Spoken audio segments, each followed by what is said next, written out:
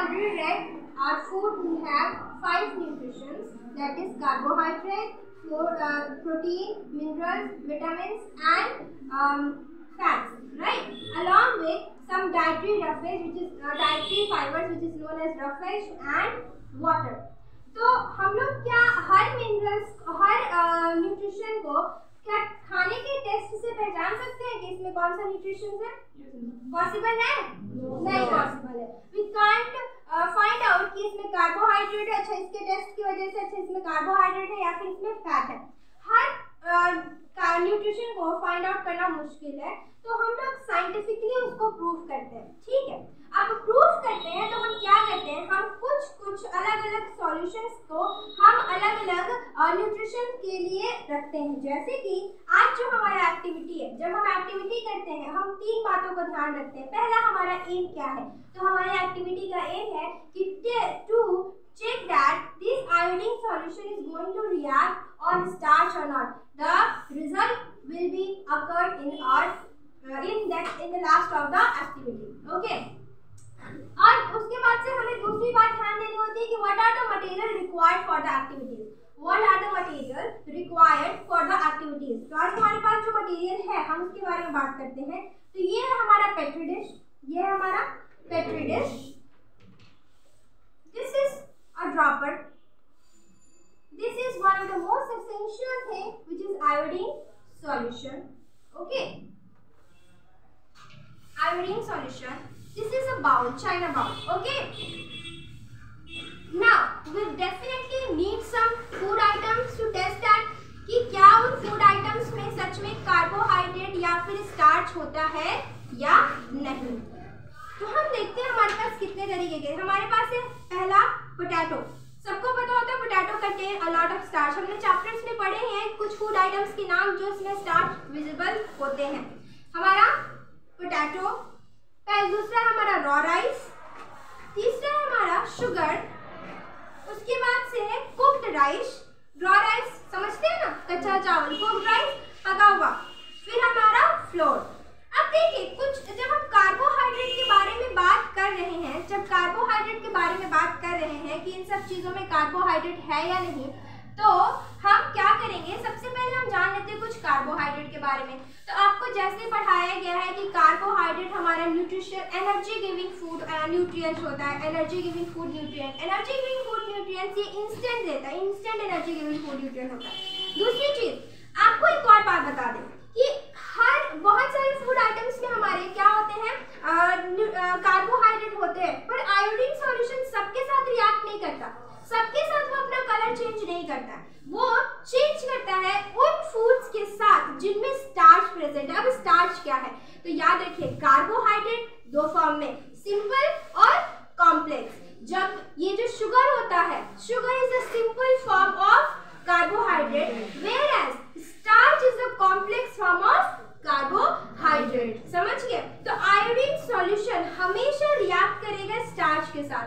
अब हम इस बात को ऐसे तो बोल रहे हैं, लेकिन कहते हैं ऑडियो और विजुअल जो होते हैं वो ज्यादा देर तक दिमाग में, अगर विजुअली देखा जाए किसी चीज को, तो ज्यादा देर तक रहते हैं। तो हम अपने प्रैक्टिकल के हिसाब से देखते हैं। हम सारे फूड आइटम्स को थोड़ा थोड़ा लेंगे और उसको हम देखेंगे अलॉन्ग विद कि हमारा आयोडीन सॉल्यूशन किसके साथ कैसे रिएक्ट कर रहा है। तो हम सबसे पहले लेंगे अपने वन स्लाइस ऑफ पोटैटो।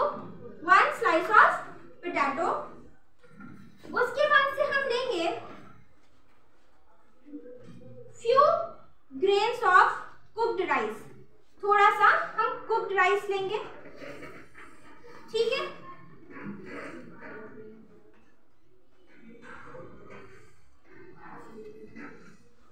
हम फिर थोड़ा सा लेंगे रॉ राइस। क्या लेंगे? रॉ राइस, कच्चा।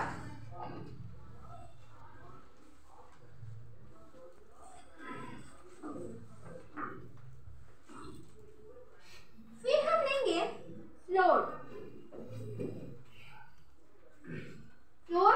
आटा, समझ ले।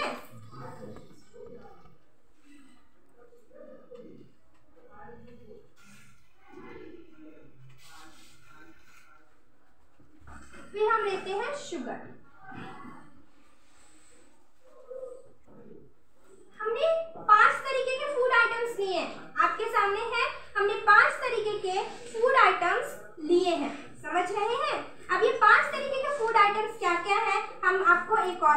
लेते हैं। वो देखिए, पहला है हमारा पोटैटो राइस, पहला है हमारा स्लाइस ऑफ पोटैटो, उसके बाद से है few grains of cooked rice, थोड़ा सा कुक्ड राइस है, थोड़ा सा हमारा रॉ राइस है, थोड़ा सा हमारा फ्लोर है और थोड़ा सा हमारा शुगर है। समझ गए? ये 5 हमने फूड आइटम्स ले लिए।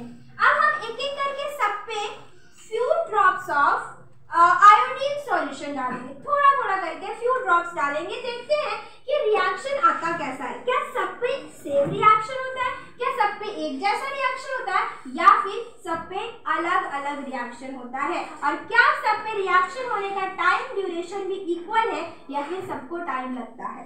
ठीक है, उसके लिए हमें अपने आयोडीन सॉल्यूशन को लेना होगा। हम आयोडीन सॉल्यूशन को कैसे लेंगे?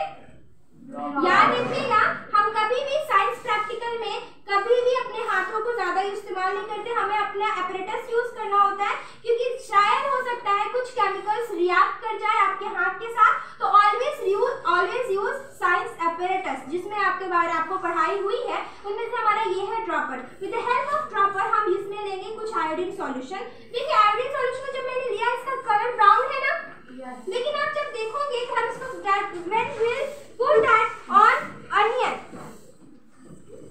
don't wait, I'll show it to everyone. So stop,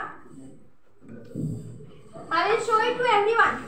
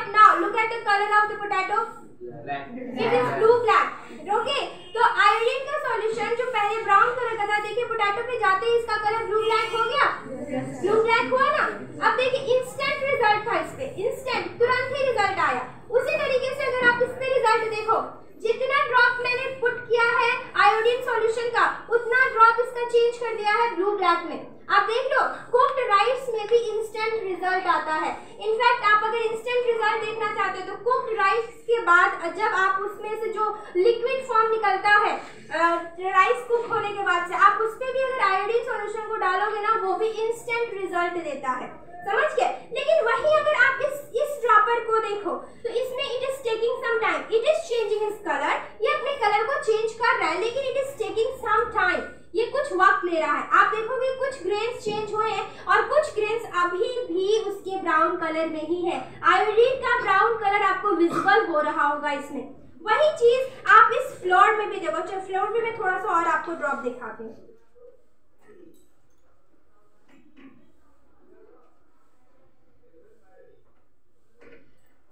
floor में भी आप देखोगे it is taking some time, ये भी थोड़ा वक्त ले रहा है।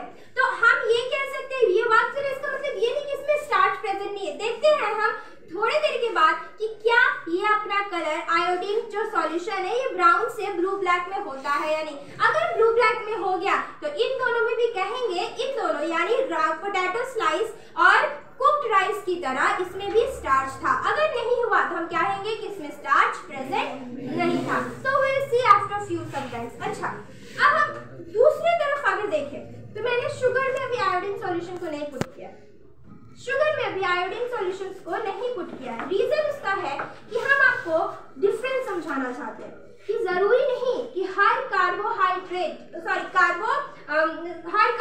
जो है वो क्या करे, रिएक्ट करे विद आयोडीन सॉल्यूशन। मैंने आपको बहुत ही अच्छे से पहले बताया कि कार्बोहाइड्रेट दो फॉर्म में होते हैं, सिंपल एंड कॉम्प्लेक्स। कॉम्प्लेक्स जो होता है वो स्टार्च हमारा जो होता है, स्टार्च हमेशा रिएक्ट करेगा आयोडीन सॉल्यूशन से और वो चेंज कर देगा उसके ब्राउन कलर को ब्लू एंड ब्लैक में। आयोडीन सॉल्यूशन का जो ब्राउन कलर है वो रिएक्ट होता है स्टार्च से और बदल जाता है ब्लू एंड ब्लैक कलर। ठीक है, हमने उसको कुछ आइटम्स के साथ भी देखा, जैसे कुक्ड राइस से देखा, हमने पोटैटो स्लाइस से देखा। अब आप देखेंगे कि ये भी चेंज करने लगा है, ये भी चेंज करने लगा है, अपना कलर चेंज करने लगा है कि नहीं लगा है। आप देखिए फ्लावर भी थोड़ा वक्त ले रहा है, लेकिन इसमें भी चेंजेस आपको दिखने लगे हैं, दिखने लगा, विजिबल है कि नहीं है ना। तो हम कह सकते हैं कि these 4 items are having starch in them. Very good.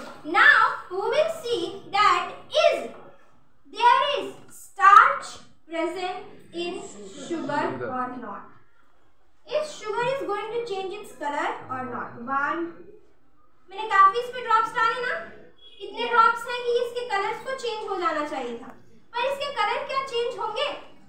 हम इसको जैसे हमने इनको वक्त दिया था, हम इसको भी थोड़ा वक्त देके देखते हैं, थोड़ा सा वेट करते हैं कि क्या शुगर सच में अपना कलर चेंज कर रहा है या नहीं कर रहा है। चलो इंस्टेंट तो इसमें कोई चेंजेस नहीं दिख रहे, तुरंत तो इसमें कोई चेंजेस नहीं दिख रहे, नहीं दिख रहे ना, नो चेंजेस है यार, कोई चेंजेस नहीं है।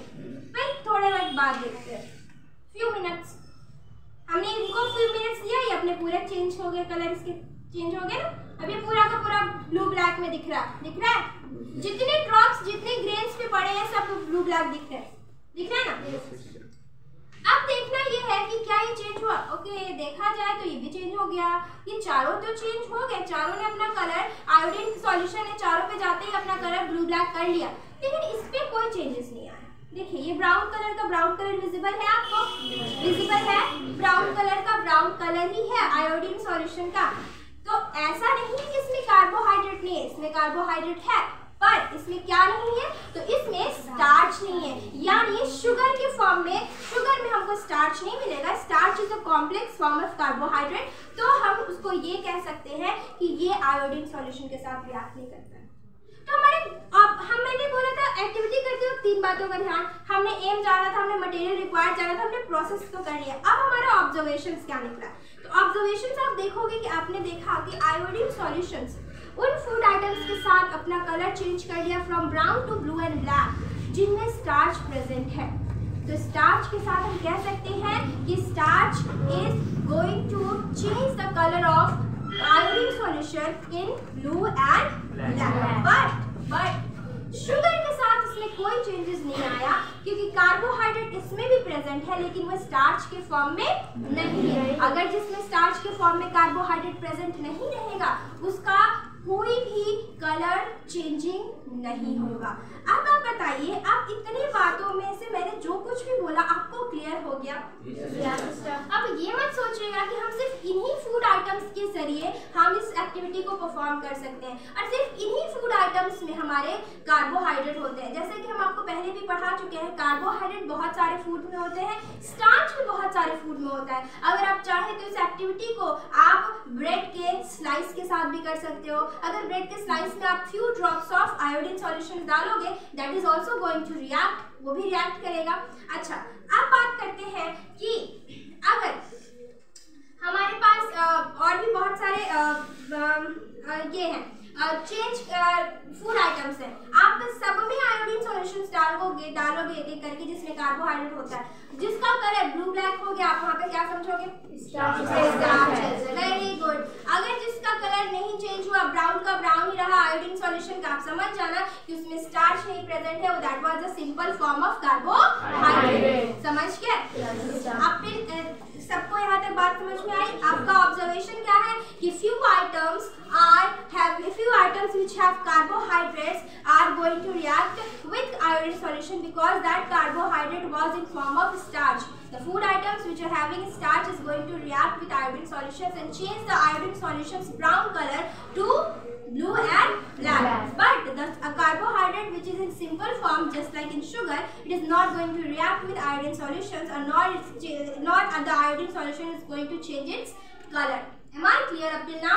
Yes, sir. Okay. हमने एक्टिविटी कर लिया, हमने सब कुछ देख लिया, लेकिन एक बात बताइए, क्या आपको ये बात तो पता होगी कि जब एक्टिविटी कंप्लीट हो जाए तो हमें क्या करना होता है? हमें उस एपरेटस को प्रॉपर्ली क्लीन करना होता है। अगर हम ऐसा नहीं करेंगे तो हो सकता है कि हम उन एपरेटस में दूसरा जब एक्टिविटी करें तो जो रिजल्ट आना चाहिए उस वो रिजल्ट नहीं आएगा। तो हमें इन सारे apparatus को अच्छे से क्लीन करना होगा और क्लीन करने का भी तरीका होता है, वो आपको फर्दर बताया जाएगा। समझिए, अभी फिलहाल हम लोग के लिए इतना काफ़ी है। उम्मीद है, कहते हैं कि जो चीज़ सुनने से ज़्यादा अगर उसको विजुअली देख लो, आंखों से देख लो, तो चीज़ें ज़्यादा अच्छे से याद रहती है। आपने इसको पहले पढ़ा था, हमने इसको पढ़ाया था और आपको याद भी था, नो डाउट आपको याद था। लेकिन जब आज आपने इसको प्रैक्टिकली देखा है, अपनी आंखों से देखा है, तो ये ऑडियो आपको बहुत ही अच्छे से